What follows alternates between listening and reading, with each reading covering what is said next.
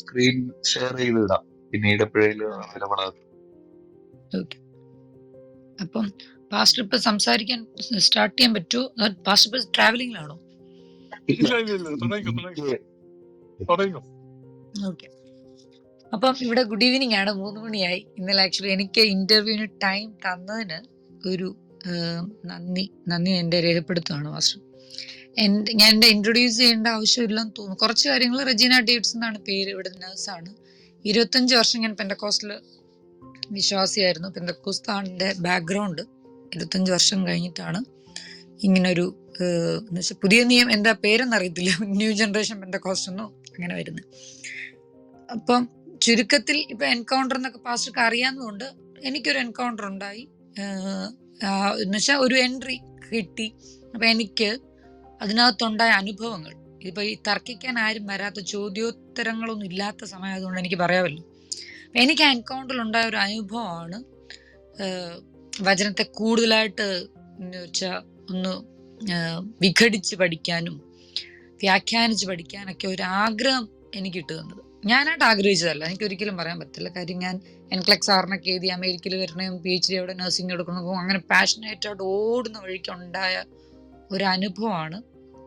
അതെല്ലാം മാറ്റി എനിക്ക് ദൈവവചനത്തോട് ഭയങ്കര ഒരു ആഗ്രഹവും അങ്ങനെ പഠിക്കാനും അങ്ങനെയൊക്കെ അങ്ങനെ ഉണ്ടായി 2021. അപ്പം അതുമായിട്ടുള്ള ഒരു ഓട്ടത്തിൽ എനിക്ക് ഒരുപാട് സംശയങ്ങളുണ്ടായി. ഒരുപാട് ഞാൻ കണ്ട, ഇപ്പം ഈ ഒരു ഇന്റർനാഷണൽ ലെവലിൽ നോക്കുമ്പോൾ പല പല മതങ്ങള്, പലർക്ക് പല അർത്ഥങ്ങള്, എന്നാൽ പറഞ്ഞു വരുമ്പോൾ എവിടെയോ സാമ്യങ്ങള്, എന്നാൽ പറഞ്ഞു വരുമ്പോൾ ഭയങ്കര വ്യത്യാസങ്ങള്. അപ്പം ഇപ്പൊ ഞാൻ ചിന്തിക്കുന്ന പോലെ എല്ലാവരും ചിന്തിക്കണം എന്നില്ല. ചിലപ്പോൾ ഞാൻ ചിന്തിക്കുന്നത് പോലെ എല്ലാവരും ചിന്തിക്കാത്തത് കൊണ്ട് തർക്കവും അടിയും മഴക്കും, ഞാൻ വലുത് നീ വലുത്, അതൊക്കെ എന്നെ കൊണ്ട് ചിന്തിക്കാൻ ഇടയാക്കി. ഇതാണ് എൻ്റെ സാഹചര്യം. ഞാൻ പാസ്റ്ററോട് ഇന്റർവ്യൂ എടുക്കാനുള്ള സാഹചര്യം ഇതാണ്. പക്ഷെ എനിക്ക് ഡിബേറ്റ് എന്ന് പറഞ്ഞ സംഭവത്തിന് അർത്ഥമില്ല. ഇപ്പൊ ഡിബേറ്റ് എന്ന് പറഞ്ഞ ഇന്നലെ പറഞ്ഞ പോലെ ഒരു മണ്ടൻ മറ്റൊരു മണ്ടനെ ചോദ്യം ചെയ്യുന്നത് പോലെ എല്ലാ ഡിബേറ്റും അല്ല, ചിലത് സമയം പാഴാണ്. പിന്നെ എനിക്ക് സാധൂകരിക്കാനും സമർപ്പിക്കാനൊന്നും ഇല്ല. എനിക്ക് ഇതിനകത്തുനിന്ന് ഈ പറയുന്ന പുസ്തകത്തിൽ നിന്നുണ്ടായ സംശയങ്ങൾ, ഇപ്പം പാസ്റ്റർക്ക് എല്ലാം അറിയാമെന്നുള്ള ഒരു ടെസ്റ്റിങ്ങിലല്ല ഞാൻ വന്നു. എൻ്റെ മനോഭാവവും എനിക്കതിനകത്തുനിന്ന് അർത്ഥം പാസ്റ്റർ കുറച്ച് കാര്യങ്ങൾ അറിയാം എന്ന് എനിക്കൊരു വിശ്വാസമുണ്ട്. പിന്നെ അർത്ഥം പറഞ്ഞു തരാനുള്ള ഒരു ക്ഷമയുണ്ട്. ഞാൻ ചോദിച്ചാലും നമുക്ക് ഉദാഹരണങ്ങളൂടെ അല്ലെങ്കിൽ വ്യാഖ്യാനിക്കാൻ ഒരു കഴിവുണ്ടെന്നുള്ളതാണ് എനിക്കുണ്ടായ ധൈര്യം, ഈ ഇന്റർവ്യൂ എന്ന് തീർക്കാനുള്ള ധൈര്യം. പിന്നെ മോർ ദാൻ ദാറ്റ് PhD ഞാൻ ചെയ്യുന്നത് റിലീജിയൻ ഡിവിനിറ്റി അങ്ങനെ ഒരു കോഴ്സിലോട്ടാണ് നെക്സ്റ്റ് ഇയർ ഇവിടെ മാഞ്ചസ്റ്റർ യൂണിവേഴ്സിറ്റി ചെയ്യാൻ പോകുന്നത്. അപ്പൊ അതിന്റെ ഭാഗമായിട്ട് ജൂദായിസവും അങ്ങനത്തെ കാര്യങ്ങളൊക്കെ പഠിക്കാൻ വേണ്ടിയിട്ടാണ് ഇതിന്റെ ബാക്ക്ഗ്രൗണ്ട്. അല്ലാതെ ഒരു പേഴ്സണൽ ചോദ്യം ചോദിക്കാൻ ഇങ്ങനെ മോഹൻലാലിനോട് ചോദിക്കുന്ന പോലെ ഒരു ബാക്ക്ഗ്രൗണ്ട് അല്ല. അത് പാസ്റ്റർ ഷിബുവിന് മനസ്സിലായല്ലോ. അപ്പോൾ എൻ്റെ ഒരു തുടക്കം വളരെ സിമ്പിൾ ആയിട്ടുള്ളതാണ്. ഇപ്പൊ ഈ വചനത്തിൻ്റെക്കാൾ ഉപരി അതിന്റെ രത്ന ചുരുക്കം എങ്ങനെയാണ്. കാരണം എനിക്ക് വചനം കുറച്ചറിയാം. അപ്പൊ അത് പറയുമ്പം എനിക്ക് എന്തെങ്കിലും ഡൗട്ട് ഉണ്ടെങ്കിൽ ഞാൻ വചനം തുറന്ന് വായിക്കത്തുള്ളൂ. ഞാൻ തന്നെ വായിച്ചോളാം പാസ്റ്റർ പറയുന്ന സമയത്ത്. ചുരുക്കം അത് കുറച്ച് ക്വസ്റ്റ്യനാണ്. ഈ ഹിസ്റ്ററി ഓഫ് ബൈബിൾ, ഇപ്പൊ നമ്മൾ ബൈബിൾ എന്ന് പറഞ്ഞ ബുക്ക് ഓഫ് ബുക്ക് എന്നാണ് അതിന്റെ മീനിങ് എന്ന് എനിക്ക് മനസ്സിലായത്. ഈ ബൈബിളിന്റെ ഹിസ്റ്ററി പാസ്റ്റർക്ക് ഒന്ന് ചുരുക്കി പറയാൻ പറ്റുമോ? എങ്ങനെയാണ് അതിന്റെ ചരിത്രമായിട്ട് എഴുതപ്പെട്ടത്, കാരണം, അതിന്റെ അടിസ്ഥാനം, അതിന്റെ ഉദ്ദേശം? ചോദ്യം പാസ്റ്റർ ക്ലിയർ ആയോ? History of Bible. Bible, how we got Bible എന്നുള്ളതാണ്. അതെ, എന്ന് വെച്ചാൽ അതൊരു വാട്ട് ഈസ് ബൈബിൾ, അതിന്റെ ഹിസ്റ്ററി എന്താണ്, എന്തുകൊണ്ട് അത് എഴുതപ്പെട്ടു, അത് ചുരുക്കി പാസ്റ്റർ ഒരു കഥ പറയുന്ന പോലെ മതിയല്ലോ. നമുക്ക് വേറെ ആവശ്യം. ബൈബിൾ ഉണ്ടായി വന്നു എന്ന് പറഞ്ഞാൽ യഹൂദന്മാരുടെ വാചിക പാരമ്പര്യങ്ങൾ. ഇപ്പൊ ഉദാഹരണത്തിന്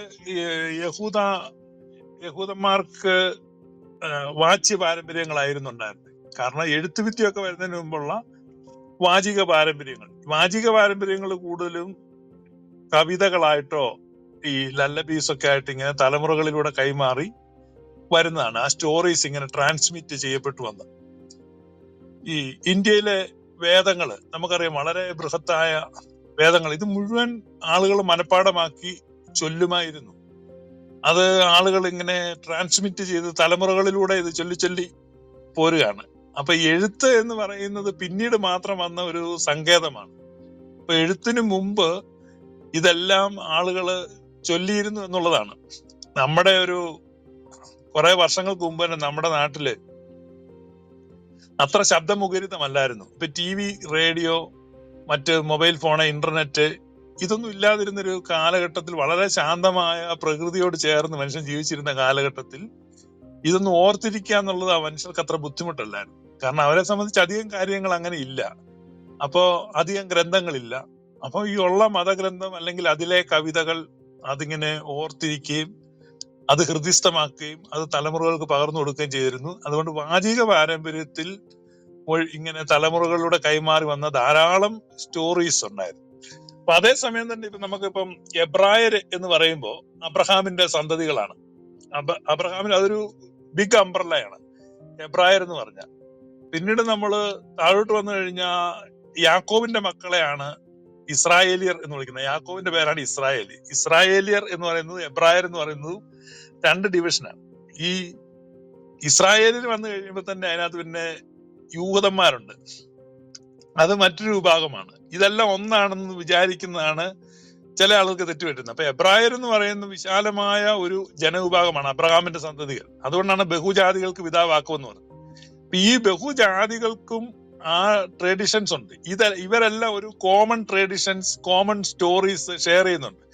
അതുകൊണ്ട് ഇപ്പം ഗിൽഗമേഷുകളുടെ ചരിത്രം എന്നൊക്കെ പറഞ്ഞ് പല ആളുകൾ പറയും. ഇപ്പൊ അവിടെയുള്ള പുരാതനമായ ജനവിഭാഗങ്ങളുടെ പാരമ്പര്യത്തിലൊക്കെ കോമൺ ആയിട്ട് ഇപ്പം നോഹയുടെ ഫ്ലഡ്, ആദാമിന്റെ സൃഷ്ടി വിവരണം, ഇങ്ങനെയുള്ള പല കാര്യങ്ങളും കോമൺ ആയിട്ട് കാണാം. അപ്പൊ അതിനകത്ത് ഓരോ വിഭാഗത്തിനും കുറെ വേരിയേഷൻസ് ഉണ്ട്, വേരിയൻസ് ആയിട്ട് നമുക്ക് കാണാം. ഇതേ ഒരേ സ്റ്റോറിയാണ്. അപ്പൊ അത് ഈ വാചിക പാരമ്പര്യത്തിലൂടെ വന്ന വ്യത്യാസമാണ്. പിന്നീടാണ് ഇത് എഴുതപ്പെടുന്നത് മോശയുടെ കാലത്ത് എഴുതപ്പെട്ടു എന്നാണ് പൊതുവെ കരുതപ്പെടുന്നത്. അപ്പൊ മോശയ്ക്ക് മുമ്പ്, വളരെ വർഷങ്ങൾക്ക് മുമ്പുള്ള കാര്യങ്ങളാണ് എഴുതി വെച്ചിട്ടുള്ളത്. മോശയുടെ കാലത്ത് എഴുതുമ്പോൾ മോശയുടെ കാലത്ത് എബ്രായ ഭാഷ, എഴുതുന്ന ഭാഷ ചിത്രലിപിയാണ്, ചൈനീസ് പോലെ ചിത്രലിപിയാണ്. അപ്പൊ ആലേഫ് ബെയ്ത്ത് എന്ന് തുടങ്ങുന്ന എബ്രായ ഭാഷയില് ആലേഫ് എന്നുള്ളൊരു കാളയാണ് ഒന്നാമത്തെ അക്ഷരത്തിന് വരയ്ക്കുന്നത്. അതുകൊണ്ട് കാള കരുത്തിന്റെ പ്രതീകമായിരുന്നു. അതുകൊണ്ടാണ് പിന്നെ ദൈവത്തെ അവര് കാളയായിട്ടൊക്കെ ചിത്രീകരിക്കുന്നത്. ബെയ്ത്ത് എന്ന് പറഞ്ഞാൽ വീടാണ്. ഓരോ അക്ഷരത്തിനും ഓരോ ചിത്രങ്ങൾ വെച്ചാലുള്ള ലിപിയായിരുന്നു. പിന്നീട് ആ ചിത്രലിപി ഇവർക്ക് നഷ്ടപ്പെട്ടു പോയി. ചിത്രലിപി നഷ്ടപ്പെട്ടു കഴിഞ്ഞ് കൽദായ ലിപി കടമെടുത്ത് വീണ്ടും എഴുതുകയാണ്. വീണ്ടും ഇവർ വാചിക പാരമ്പര്യത്തിൽ കൂടുതലായിട്ട്, അതായത് ഈ എഴുതിയ ബൈബിളിനേക്കാൾ ഉപരിയായിട്ട് ഇവര് വാചിക പാരമ്പര്യത്തിൽ, അത് നമുക്കറിയാം, ഞാൻ വാക്കിനാലോ ലേഖനത്തിനാലോ നിങ്ങൾക്ക് പകർന്നു തന്നത് പൗലോസ്ലീഹ പറയുന്നുണ്ട്. അതായത് 1-ാം നൂറ്റാണ്ടിൽ വരുമ്പോഴും വാചിക പാരമ്പര്യത്തിന് പ്രാധാന്യമുണ്ട്. യോഹന്നാൻ ശ്ലീഹായുടെ ലേഖനം നിങ്ങൾ വായിക്കണം. 2-3 ലേഖനങ്ങൾ എഴുതുന്നുണ്ട്. കടലാസും തൂവലും കൊണ്ട് എഴുതുവാൻ എനിക്ക് മനസ്സില്ല, ഞാൻ നേരിട്ട് വന്ന് മുഖതാവിൽ നിങ്ങളോട് സംസാരിക്കും. പൗലോസ്ലീഹയും പറയുന്നുണ്ട്, ഇപ്പോൾ ഇത് കൂടുതൽ എഴുതുന്നില്ല, ഞാൻ നേരിട്ട് വന്നിട്ട് ബാക്കി സംസാരിക്കാം.